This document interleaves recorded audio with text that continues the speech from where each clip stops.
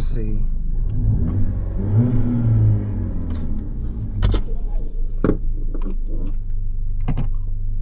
Let's go see how high it came up to. Alright, check it out. It got pretty deep. I would say.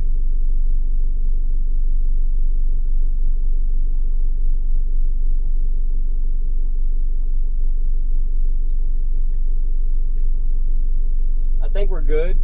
Yeah. I think we're good, but it got pretty deep.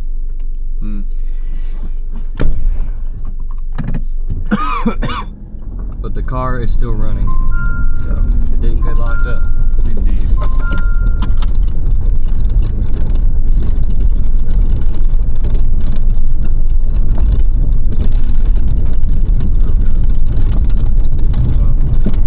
Hope the stabilization works.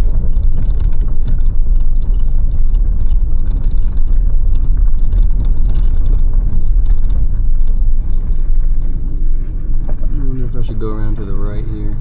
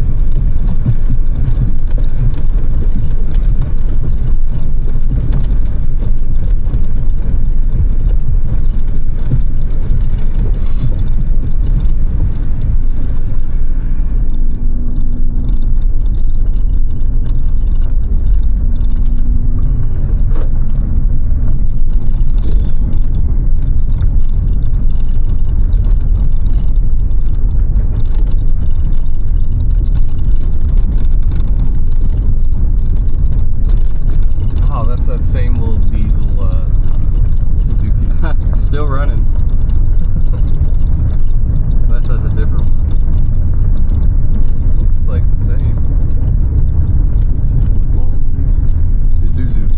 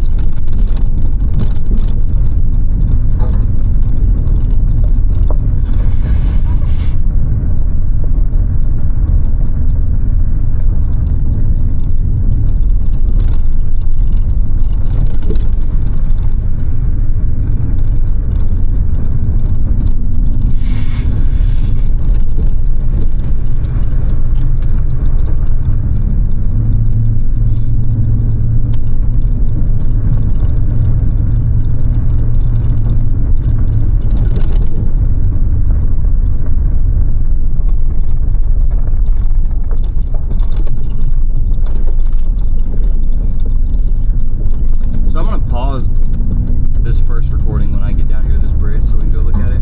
Okay. If you want to pause at the same time, but it does not matter. It won't matter at all. No. Well, especially not pausing. The only reason I want to start and stop it at the same time is just so you can. It's just so that you can look at the recording and then see. Well, whatever time, like with the roof angle, Yeah. and my car, when they start moving, we just cut and put back together. True. So that's, Yeah, you could start it 30 seconds after, but whenever my car starts moving, you put it together. Yeah. I also want to check my intake. I want to pull the filter out and make sure that no water got in there, because we have to go back. Because water can get in there, it can pull water in, but not through the filter and into the engine. Right. I remember going in my rig Jeep. I pulled that out of there, and there was water. There was a little puddle of water in the bottom. Yeah. So I'm gonna pause this and then Alright. check that just to make sure we're safe to go back through there, because it's gonna be deeper going back through there. Oh. Because you're going upstream. Yeah. You can't really create a wake. Right. So, all right. It is what it is. Off again.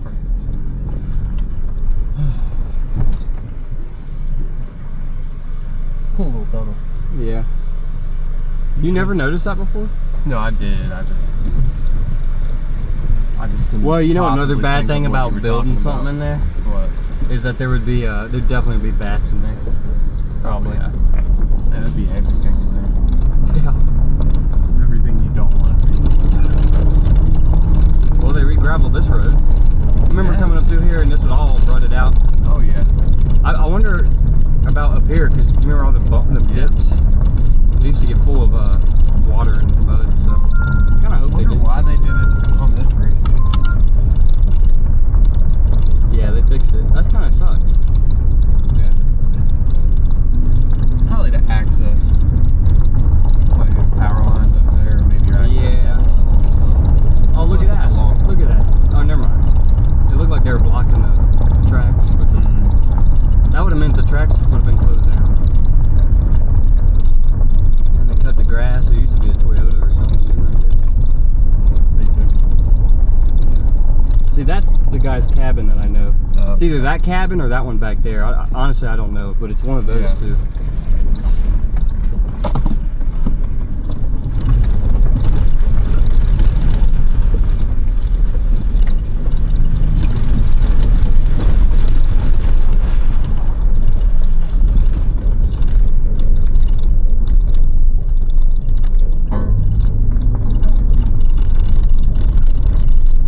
Make sure I don't get close to any branches with your camera, which we might end up doing right now. Yeah. We can get around them. I angled it a little bit. Oh, did you? Like this. That way.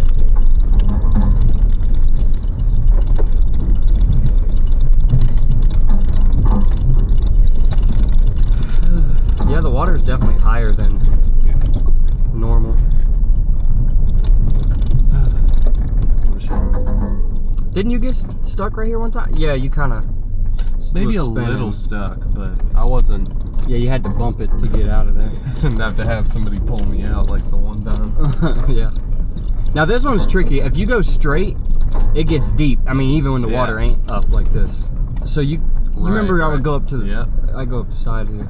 Curve around it. Yeah. Somehow or other. Knowing my luck, here I go getting stuck. Indeed. We're about to find out. Oh God. Yeah, see that? See how you slide down in there a little bit? I think that's what happened to you. You kind of got hung up on a rock or something. Probably slid down and then stopped. Yeah. That's what it did. Yeah.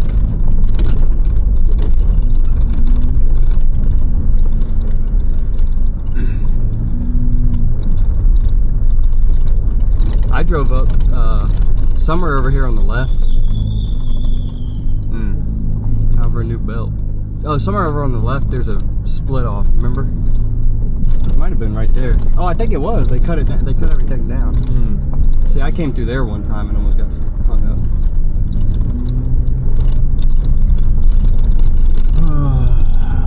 Truly a shame.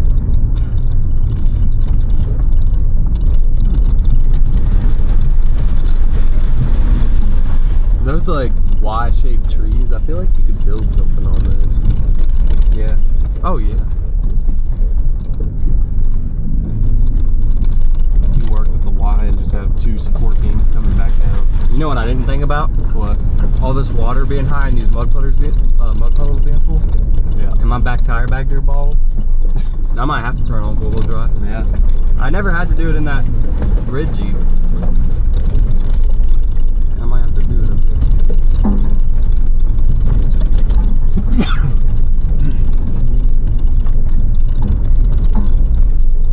Now that I'm thinking about it, I don't think this spot up here that I originally was like, oh, we should go take a look at is going to be ideal for building anything. Yeah. Now that I think about it. But we can, you know, look into it.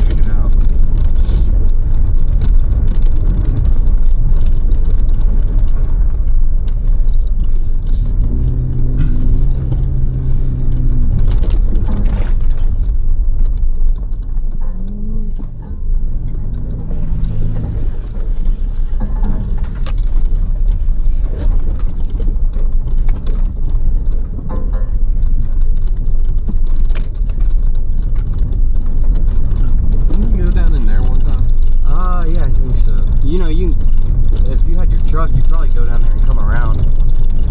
You probably could have, Yeah. but I know I never did because look at it. Yeah. You know, you see all that mud. Yeah. All right, should I turn on full drive or not? I don't think I need it. This is that puddle that it looks shallow, but over there on the left side is really deep.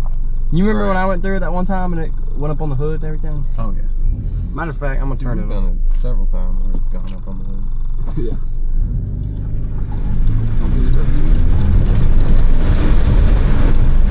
Like that time.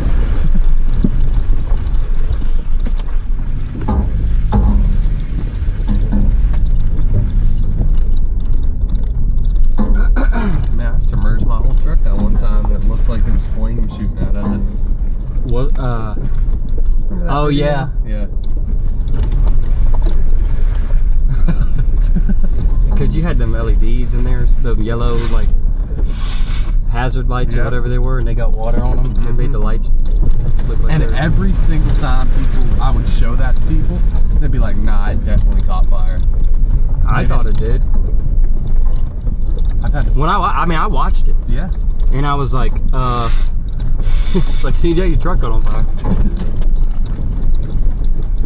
John.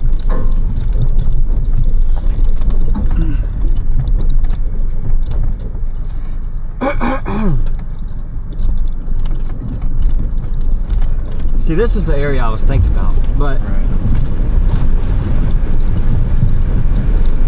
I'm just not really sure because, again, over there, you know, they all own that. That's all owned by, you know, whoever owns it. Yeah.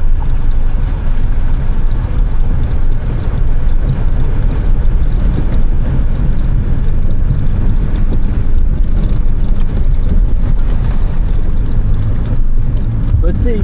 Uh-oh, I scraped my hitch. Ooh. I scraped the hitch. I'm familiar with that noise. Yeah, I know, on the Toyota. This is where you got to watch out because if you go too far to the left, right here, you go in the river. Like, you'll go off the edge. There's like a cliff right there.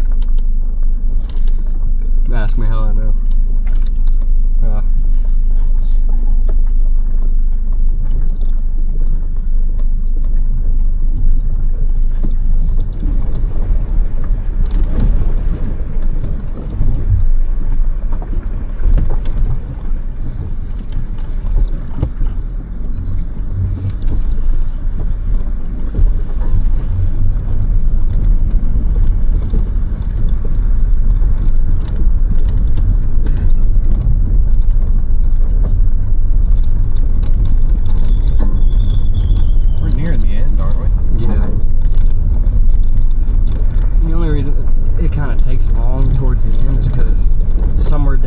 So bumpy that like, I mean, you basically have to just let the car idle and just roll over everything. Which, matter of fact, if you put it in 4 low or something, it might do that. Right. I don't know. I don't think I have to, but.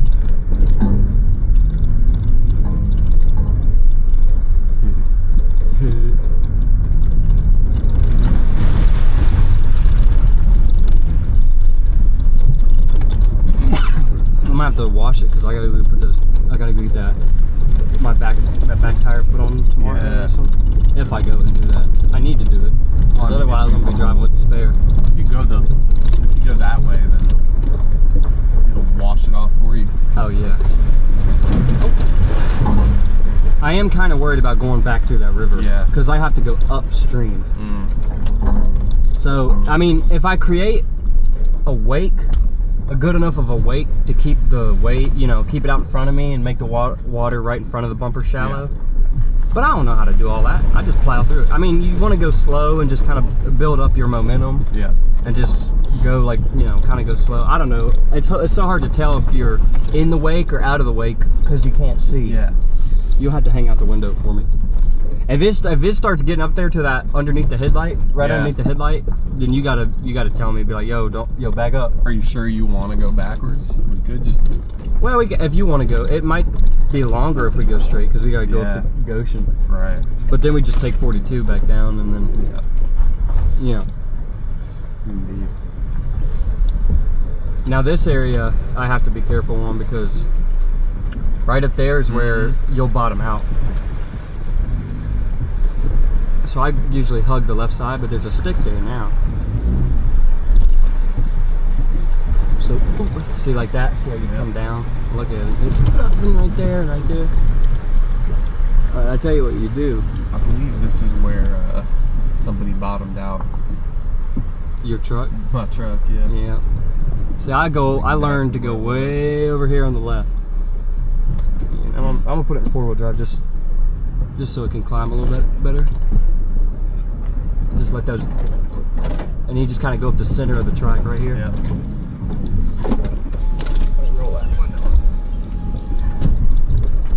See that? I didn't really touch that time. I didn't touch at all. There you go. Man, I came through there in that red Jeep for the first time. Hit the hitch. No, I didn't even hit the hitch. Man. But I came through in that red Jeep for the first time. When I first ever came down here, I was like so scared because, you know, to me, this was like the roughest road I'd been on, you know, when I first came down it in that red Jeep. And I was like, every 50 yards or so, when I got up to something like that, I would get out and I'd walk it and I'd be like, okay, I'd look at like whatever, I'd kind of make a line and I'd be like, I'm gonna go this way, and the whole way I did that. But back there, I don't know, I guess I just thought I was fine, and so I started driving down through there, and I started to come up the other side while I kind of gunned it because you have to come out and go up the hill. Yeah. And as soon as I did that, I dropped off of like whatever ledge I was on, and it went bang right down on the frame so hard. Like it hit so hard that like I just, you know, felt like, you know, like my whole body went down into the seat. Like the whole car just landed, and I was like, oh my god. Truck, man. I was like, bro, you gotta be kidding me.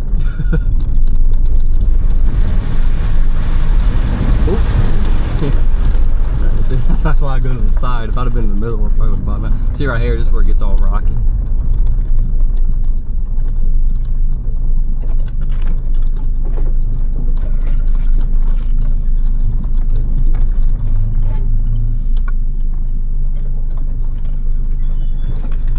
Build something in there. Build in there, yeah.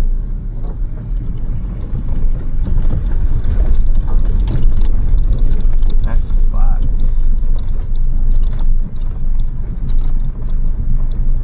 I'm gonna have to get a new belt. I've never heard it squealing like that before.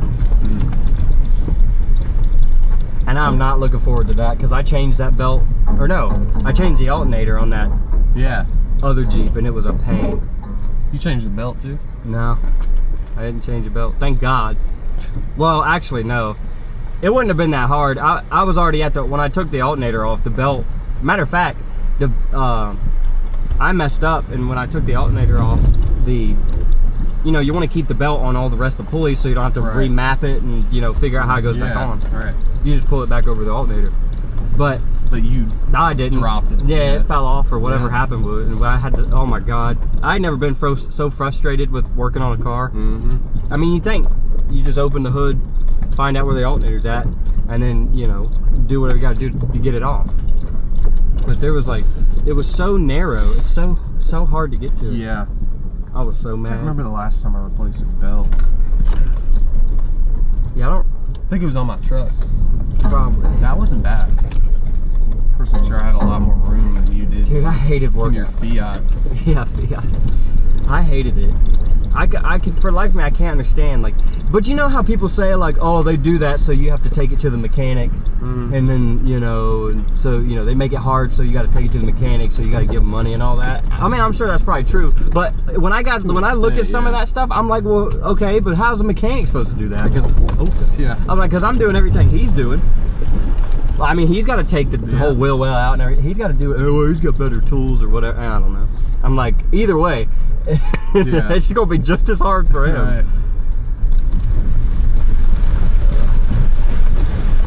I think if anything, they're just saving money on engineering, not wanting to give you the space. Yeah.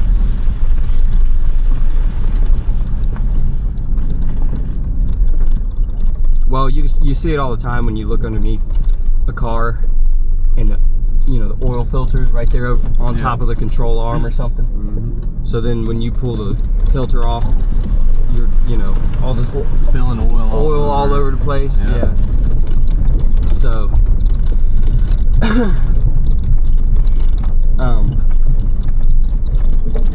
know, it's like that's the worst. they design the car and then they get it like all mapped out, and then it's like they go, okay, now we need to put the oil, where are we gonna put the oil filter and all that.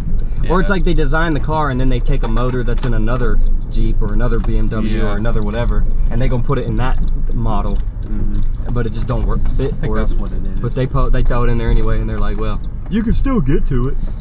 You can get to it. Exactly. The least you can do is put a hole in the control arm for me. Yeah, that'd be great. It probably wouldn't pass safety. No, but I don't care. I want to change my oil. I don't change my oil. I don't care if the control arm fall off.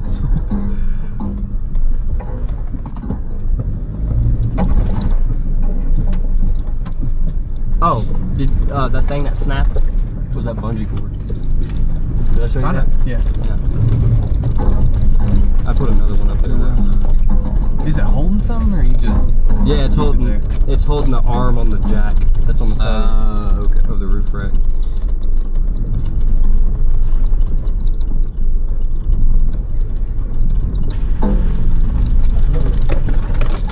That happened when I was driving the other day. So it's actually good to know that those bungee cords, they have about the same lifespan as each other when you put them out there for stuff like that. Because I was driving back from Lexington or whatever, and I heard a snap or whatever, but it stayed hooked, so it was smacking the car, and I was like, what the heck broke?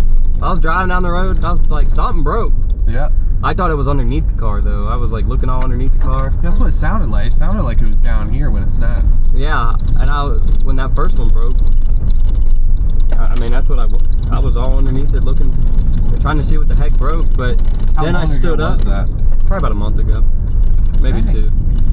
But then I stood up, and as I stood up, I just kind of looked at the roof rack. I wasn't looking. I had no idea it was on the roof. I didn't think at all that it would be anything on the roof. Yeah, you gotta get a black cord going or something. I gotta get like a rope or like that'd be better. Something that isn't rubber or something that because the rope will loosen up too. Yeah, but I mean them bungee cords, they just snap. You know the fabric one? They're kind of made out of like all the rubber bands or whatever. Nylon and all that? Yeah, that one would probably be better. That's what I was saying. Get one that's like black. Because those tend to be like when they do stretch out finally, like when they don't even have any like stretch in them, they're just fully like they're done. They're like you can still like tie them. Yeah. And they got the hooks on the end and everything. It takes those things forever to break because Hoy, he uses those on his restaurant door to hold it open or something, and they last for probably 8 months at a time. Now I might have to pay attention to this one because I remember going through here one time and being like, whoa, that was deep. So I think I remember that too once. I'm gonna just crawl through it. I don't look deep. See, this is what I don't understand. Back there at the river, the water's screaming down through there, but then you come up here and it's not high. Or, I mean, don't look at it. Yeah. I mean, look at this. You can go right on through there. I believe you remember the spot to our left. Yeah, you want me to drive up in there and then watch I get hung up. Good thing that guy came through here and was able to pull you out. Perfect time. You could probably get up in there now. All them rocks are out of there. Should I go back or should I just keep it going? Keep it going. Alright. Well, whatever's going to be fastest and not jeopardize your vehicle. I mean, I don't know. It'd probably be faster to go back. I don't think it's going to hurt it, but yeah. I think it also going this way. It ain't it don't take too long. It'll take too long? No, I don't think it will. Oh, okay. Not if I, keep a good pace of them. Don't for any runs. Would you believe me when I tell you, I came through here one time. Can't remember when. Can't remember who I was with. I probably was by myself. I came through here and I was like, I was trying to decide if I was going to go back or not, but I ended up deciding I was going to go this way to get out. And in the roads like this all the way out, pretty, Yeah. And I swear to God, I was driving out, and it's bumpy like this, and there's these rocks everywhere that you got to watch out for, and the potholes that you got to go around. And all of a sudden, I see this car coming up, and I'm like, somebody driving a car back in there, which, you know, it's not unusual. You can take a car back here on this road. Right. But so I didn't really like, when I saw the car way up ahead, I was like, you know, whatever. But then when it got up to me, I realized it was a Buick. One of them old, like, town car Buicks. Seriously? With some, like, 80-year-old grandma on it, just beetle bumping down the road. I swear to God. Down here? Yeah, and it was like 11 o'clock at night. Man. She probably got dementia or something, and she was all turned around. I probably should have followed her or something. I don't know. I probably should have, like, turned around and kept an eye on her to make sure, because I'm like, there's no houses back here. I mean, there's this guy. Yeah. But she don't live here. Not that I know of. Well, I mean, I don't see the Buick that you're talking about. So. Yeah, it was some old, like, town car Buick. And she just rode on back in here, going on through these potholes and everything. Yeah. And I was like, you know how people with dementia, they'll drive and they get lost and all that? Yeah. I thought she probably lives up there in Goshen or something, and then, you know, Made a turn. Here she comes. There's what we need to Oh, yeah. take. And there's creeks and stuff too, so I don't know if she got up to the creeks and was like, decided to turn around, or if she just went on through them or what. Yeah. But who knows? that thing's probably about out recording, because it'll record for, I think it said it had 57 minutes. So I'm probably at about 30 minutes now. Yeah. So I'm gonna go ahead and turn it off.